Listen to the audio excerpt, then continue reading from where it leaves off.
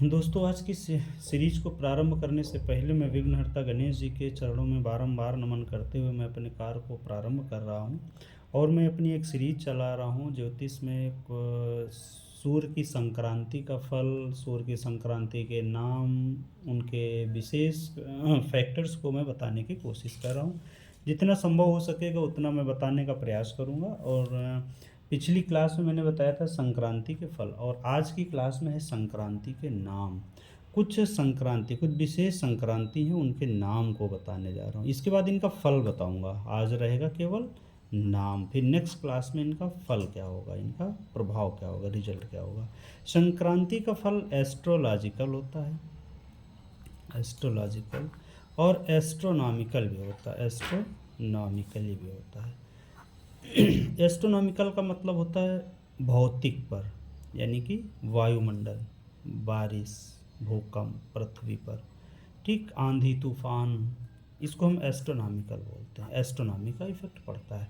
और ये एस्ट्रोलॉजिकल मतलब जीव पे आता है, मनुष्य आता है, पृथ्वी पर जो मनुष्य है उनके ऊपर क्या प्रभाव डालेगा, इसके विषय में गोचर से बहुत कुछ देखा जाता है सूर्य संक्रांति से। अब सभी लोगों को पता है कि संक्रांति 12 होती हैं। कितनी? 12 संक्रांति होती हैं।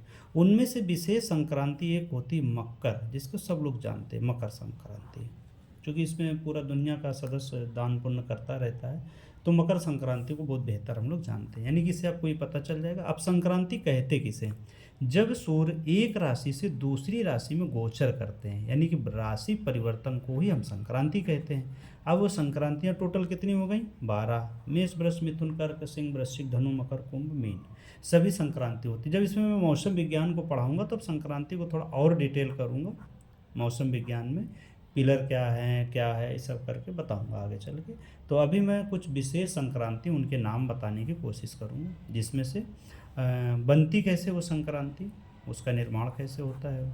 गोचर में हमारे पास दो चीज़ें होनी चाहिए। क्या? एक तो दिन होना चाहिए, दिन जिसे हम वार भी कहते हैं। एक नक्षत्र होना चाहिए। अब जाहिर सी बात, जब कोई नक्षत्र हो तो उसकी कोई संज्ञा होगी। संज्ञा मतलब उसका स्वभाव होगा। स्वभाव जैसे क्रूर है, लघु है, मित्र है, सौम्य है, ऐसे स्वभाव भी होते हैं नक्षत्रों के। तो इन कोई दिन है और कोई नक्षत्र, उसका स्वभाव है। क्योंकि दिन का भी स्वभाव होता है और नक्षत्र का भी स्वभाव होता है। इन दोनों स्वभावों में जिस दिन सूर्य की संक्रांति हो, यानी कि सूर्य की संक्रांति के समय में ये दोनों चीज़ें मैच करती हो, जो कि मैं नीचे बताने वाला हूँ, तो वो क्या क्या होना चाहिए आप समझ लेते हैं। एक नंबर पे हम सबसे पहले रखते हैं रविवार। देखिए, ज्योतिष गणना में हमेशा सबसे पहले रविवार को प्रथम दिन ही माना जाता है। ठीक है, जब हम अग्निवास मुहूर्त हवन के लिए बताने के लिए निकालेंगे, तब भी मैं आप लोगों को बताऊंगा कि कौन सा दिन सबसे पहले जोड़ा जाता है। तो रविवार का दिन हो, प्लस उग्र संज्ञक नक्षत्र हो। क्या हो? उग्र संज्ञक नक्षत्र हो। अब आप कहेंगे उग्र संज्ञक नक्षत्र कौन होते हैं, इनका डिटेल मैं एक अलग सेपरेट वीडियो में कर दूँगा। अब सूर्य की संक्रांति हो गई। क्या हुआ? सूर्य की संक्रांति हो गई। इसमें थोड़ा सा अंदर और एक टॉपिक मिलेगा बीच में कि कुछ महीने हैं, हिंदी महीने। अच्छा, जब भी मैं बात करूँगा महीने की, तो यहाँ पर हमेशा हिंदी महीना समझे। क्या समझे? हिंदी महीना। तो विशेष बात और करेंगे जब इनके फल को बताएंगे, तब मैं बताऊंगा कि हिंदी महीने में कौन सी संक्रांति का क्या फल होता है। ठीक है। अब रविवार के दिन उग्र संज्ञक नक्षत्र पड़ गया और संक्रांति हो गई, तो उस संक्रांति का क्या नाम है? जैसा कि मैंने बताया था कि आज मैं केवल नाम बताने जा रहा हूँ, कुछ संक्रांति के विशेष नाम बताने जा रहा हूँ। तो उसको हम घोरा नाम संक्रांति कहेंगे। क्या कहेंगे? घोरा। ठीक। दूसरा हुआ दिन सोमवार हुआ। क्या हुआ? सोमवार। और लघु संज्ञक नक्षत्र पड़ गया। कौन सा? लघु संज्ञक। तो इस संक्रांति को क्या कहेंगे? ध्वांशी। क्या कहेंगे? ध्वांशी। आपको दिख रहा है? ध्वांशी नाम संज्ञा इसको दिया गया। अब दिन तीसरा आता है मंगलवार। क्या आया? मंगलवार। मंगलवार और चर संज्ञक नक्षत्र पड़ गया। क्या हो गया? चर संज्ञक नक्षत्र हो गया। तब इसको क्या कहेंगे? महोदरी।